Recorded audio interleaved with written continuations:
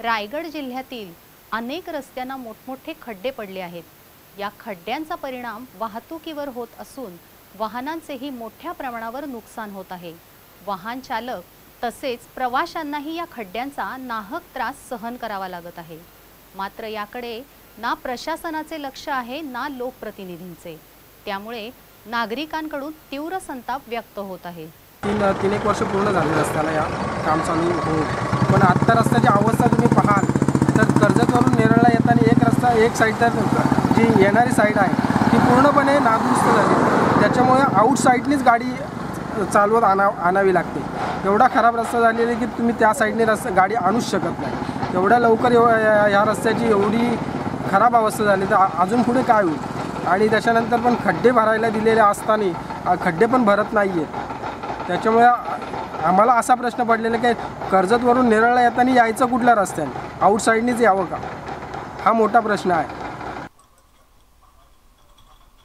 रायगड जिल्ह्यात खड्ड्यांमुळे गहन प्रश्न निर्माण झालाय।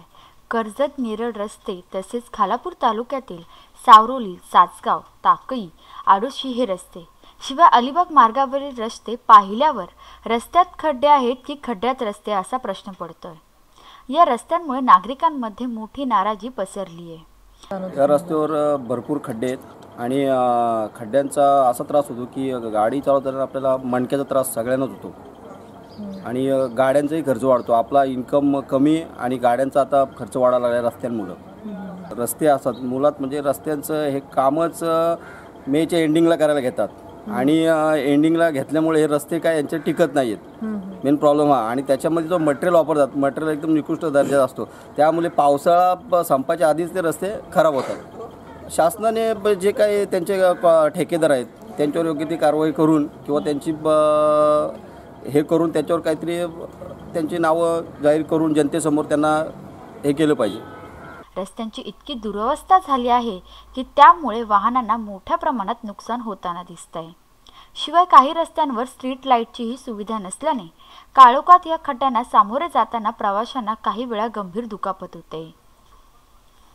अनेकांना जीवही गमवावा लागलाय। तसेच मणक्याच्या आणि मानेच्या दुखण्याचा त्रास केवळ खड्ड्यांमुळे होत असल्याचं नागरिकांचं म्हणणं आहे। तुझं नाव काय?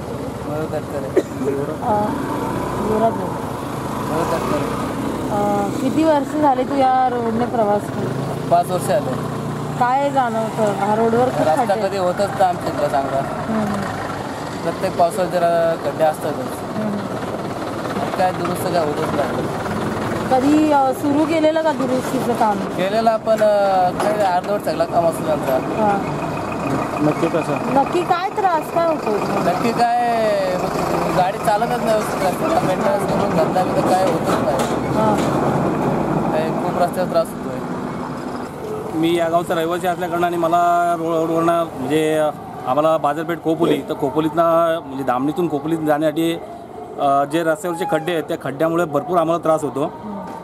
त्रास म्हणजे भरपूरच होतो, कारण की रोड एवढा नॅरो आणि त्याचं रोडचे खड्डे, त्यामुळे बॅक पेनचा किंवा गाडीचा मेंटेनन्स या गोष्टीचा भरपूर त्रास होतो। ते मेंटेनन्स जेव्हा पावसाळा जवळ आला किंवा तेव्हा होतो थोडाफार, आणि मधले खड्डे बुजवले जातात, बाकी तर खड्डे काही बुजवले जात नाही आहेत। खड्ड्यांमुळे विद्यार्थ्यांनाही शाळा कॉलेजमध्ये पोहोचण्यास उशीर होतो, त्यामुळे विद्यार्थ्यांचे मोठे शैक्षणिक नुकसान होते। या रस्त्यात खूप खड्डे आहेत आणि यायला आणि जायला म्हणजे खड्डेच खड्डे, आणि येताना किंवा जाताना अपोजिट साईडनेच जायला लागतं कधी पण। आणि खड्डे एवढे की रोड क्रॉस रस्त्याच्या साईडने एकदम जायला लागतं, आणि रस्त्याच्या साईडला एकतर रस्त्याच्या साईडला पण खड्डे किंवा गटारा बांधून ठेवलेले आहेत, ती पण उघडीच्या उघडी आहेत, त्यामुळे ॲक्सिडेंट होण्याची शक्यता आहे। त्यामुळे सरकारने ते खड्ड्यांची दुरुस्ती रात्रीची येताना लाईट नाही, काहीच नाही, त्या अंधारात यायला लागतं, आणि कधी एकतर टर्न येताना किंवा जाताना तर ॲक्सिडेंट होण्याची शक्यता आहे। या खड्ड्यांबाबत बांधकाम विभागाचे अधिकारी आणि संबंधित मंत्र्यांना वेळोवेळी निवेदन देऊनही त्यांनी काहीच कारवाई केली नाही। रस्त्याच्या दुरुस्तीसाठी केवळ तात्पुरती मलमपट्टी केली जाते। अतिशय निकृष्ट दर्जाचे बांधकाम साहित्य वापरून आपली पोतडी भरणारे अधिकारी आणि लोकप्रतिनिधी नागरिकांना मात्र सोयीस्करपणे विसरलेत। त्यामुळे पहिल्याच पावसात ये रे माझ्या मागल्याचा अनुभव प्रवाशांना येतोय.